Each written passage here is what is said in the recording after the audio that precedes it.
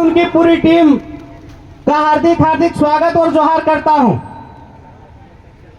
और पंडाल में विराजमान हमारे बड़े बुजुर्ग, माताएं, बहनें और साथियों का मैं अभिवादन करता हूं, स्वागत करता हूं।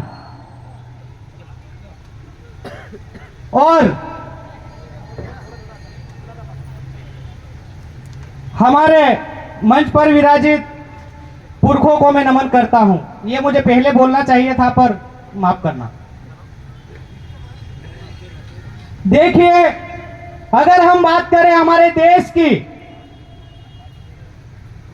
तो यहां का जो परिदृश्य है, जो परिस्थितियां हैं,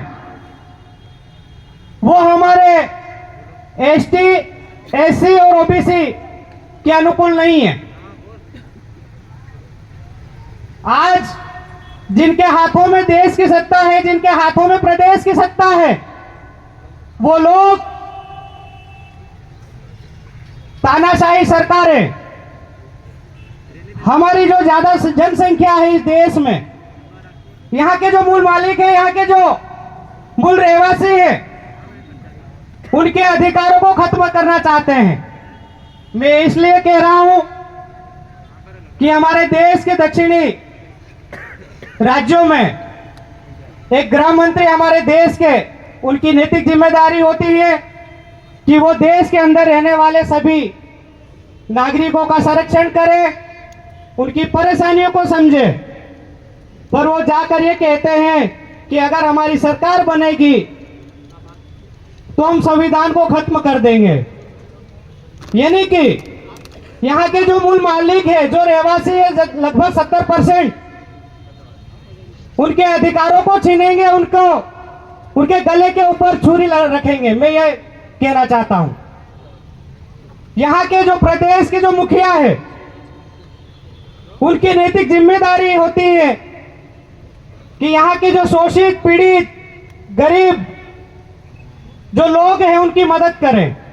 पर वो झाबुआ जिला के एक कार्यक्रम में आते हैं और बड़े शान से बोलते हैं कि यहाँ पर जो फोकट का अनाज मिलता है उसको क्या कहते हैं। तो आप सोच सकते हो कि उनकी मानसिकता किस टाइप की है। और फिर हाथ खड़े करवाते हैं कि फ्री का अनाज लेने वाले लोग हाथ भी खड़े करो। तो आप समझ सकते हो कि ये लोग हमें जलील करना चाहते हैं, प्रताड़ित करना चाहते हैं। उनकी मानसिकता मानव सेवा जैसी नहीं है, मानव हित जैसी नहीं है। वादे उनके बड़े बड़े हैं, पर इरादे और उनकी जो सोच है वो बड़ी निंदनीय है। मैं आपसे ये कहना चाहता हूं, अगर आपको अपने आत्मसम्मान को बनाए रखना है, अपने परिवार को बचाना है, अपने समुदाय को बचाना है, तो भारत आदिवासी पार्टी की मदद करना पड़ेगी आपको, अपने आप की मदद करना पड़ेगी आपको। मैं आपसे यह कहना चाहता हूं, हम लोग शिक्षा कैसे बेहतर हो पाए वो बात करना चाहते हैं, स्वास्थ्य कैसे बेहतर हो पाए हम वो बात करना चाहते हैं। आज बेरोजगार युवा साथी बहुत परेशान है, हमारे माँ बाप बहुत परेशान है कि बच्चे पढ़े लिखे हैं पर उनको रोजगार नहीं मिल पा रहा है, उसकी और उनकी कोई सोच नहीं है। हम लोग चाहते हैं कि इन युवा साथियों को रोजगार कैसे उपलब्ध करवा पाए, ये हमारी मानसिकता है। हम चाहते हैं कि हमारे किसान बंधु कितने परेशान होते हैं, रबी के सीजन में समय पर खाद नहीं मिलता है। और अगर बिजली की बात करें तो मैं यहाँ 10 साल रहा हूं, जैसे गारवण का समय आता है एक एक रात लाइट काट करके देना, जबकि नियम में ऐसी कोई बातें नहीं है। कोशिश तो मैंने काफी करी, उसके बाद भी नहीं सुधार पाया यहाँ पे। आप यकीन मानिए कि हम लोग, हमारे जो बड़े बुजुर्ग हैं, माता बहनें हैं, उनकी आवाज बनना चाहते हैं।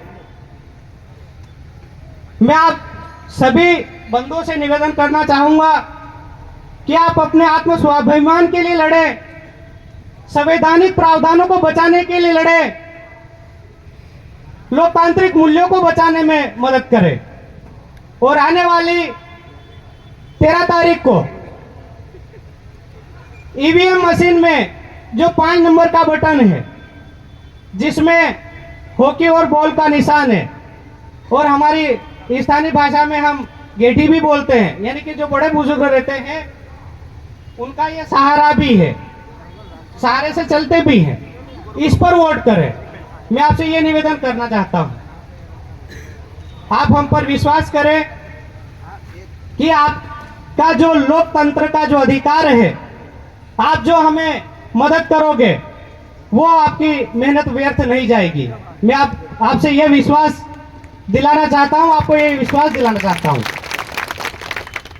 क्योंकि हम लोग चाहते हैं कि हर ब्लॉक स्तर पर निःशुल्क कोचिंगों की व्यवस्थाएं हो, हर ब्लॉक स्तर पर ब्लड बैंक की व्यवस्थाएं हो, जिससे कि हमारी माता बहनों का जीवन बच पाए। हमारे जो एक्सीडेंट के समय में कई युवा साथी यहाँ पे शांत हो गए, ऐसी चीजें नहीं होना चाहिए।